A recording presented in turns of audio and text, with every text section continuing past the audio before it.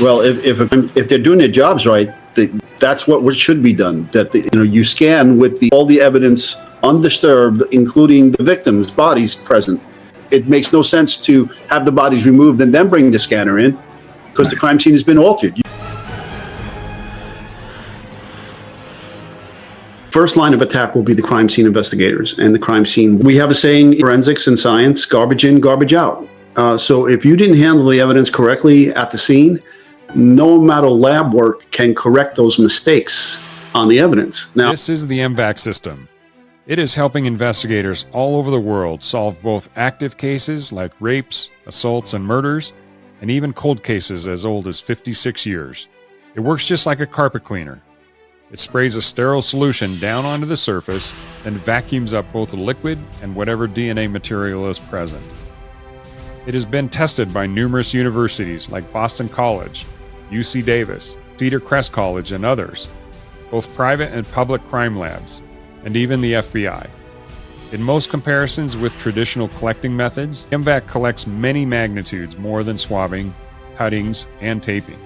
Because they had already taken DNA samples from rocks that had been found at the scene and used in the crime, and the profiles they'd gotten back had been inconclusive, not comparable, because of the amount of DNA and the ability to separate that out wasn't possible. Then the rocks were tested using the M-Vac, and they were able to get an amount of DNA that they could ferret those profiles out and give us a clear profile rather than just some DNA information. A lot of what went on in this case was about the difference between a real profile, a comparable profile, and just DNA. On almost any item, if you test it, you're going to get some DNA. And the defense spent a lot of time talking about, well, there was DNA on that rock and it doesn't match the defendant. And the answer was, well, there's not a profile. That's not DNA that is helpful to anybody. It's just DNA that was found on the rock. But because of the M-Vac, we were able to get profiles off of the murder weapon. How did the evidence come in? Was it packaged properly? What standards should you use? What protocols did you use? Did you follow your protocols? Was there any signs of cross-contamination? They'll try to create reasonable, explain how it works and how it can be transfer evidence. It could be transferred from one item to another item. It's the totality of all the evidence, and again, Occam's razor, all things being equal, the simplest of explanations is typically correct. About 20 years ago, there was a murder, and a rock was used in that murder.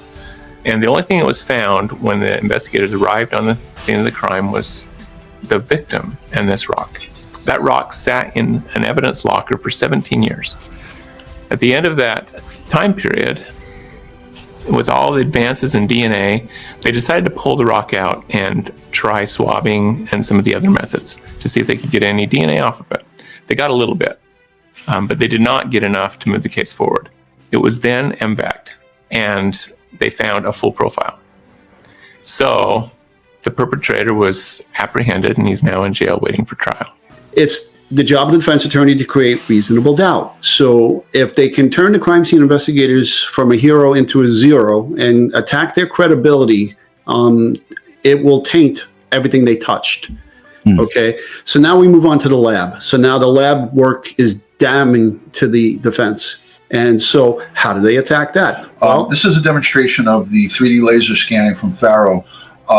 In crime scene and evidence collection, this is state-of-the-art, top quality, real live, what the crime scene looks like. This is what the jury is going to be able to see inside. Everything that was there should have not been disturbed, and they should have scanned the scene. If those victims were still there, they will be in these 3D laser scans. But the defense scans are going to be totally different than the crime scene investigator scans, because the crime scene had been altered tremendously by the time the defense got in.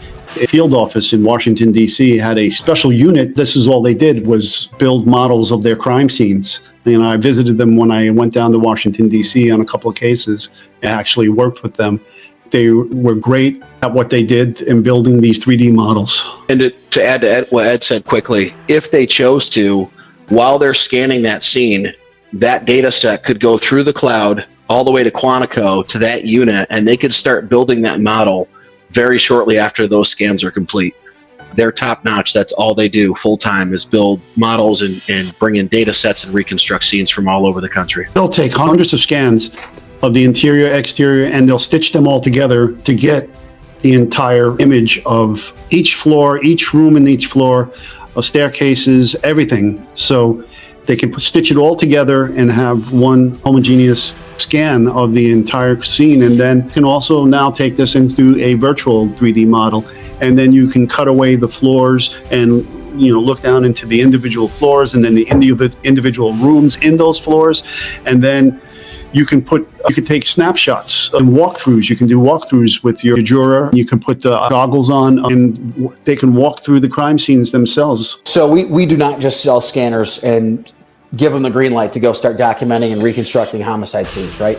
There is a full-blown, robust FARO certification course where we will have 3D laser scanning expert, many of which are former law enforcement and have documented hundreds, if not thousands of scenes with 3D scanners, come in and train and certify them. It is a minimum 3-day course where it's 3 full days of training with the 3D laser scanners in our software.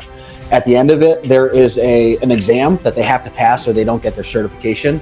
And during that course, they also talk about not only documenting and reconstructing scenes with the technology, but also their obligations to give it to defense, to testify in court, what are best practices. So it is not what many people think. He had access to a lab. I'm being told he had access to a crime lab, that he had access to computer databases apparently as well. He had access to body cam from law enforcement.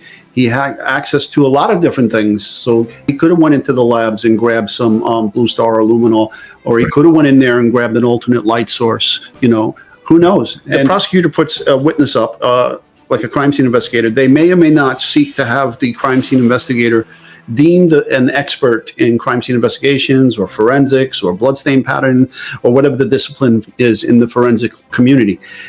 In order to establish that, they have to give a list of all their training, all their certifications, all their bona fides, if you will. So typically they're going to attack. If you don't have a whole lot of experience, it could be an issue. But if you have a lot of certifications, a lot of training, if you have a degree, if you have a graduate degree in all of this, this will all build up the investigator. And then the defense gets to cross-examine, or what they call voir dire, the witness that's being put to the judge with an application to be made an expert. Because we know if you're qualified as an expert, now you can give opinion. So they're going to attack these experts. They don't want opinion evidence coming in.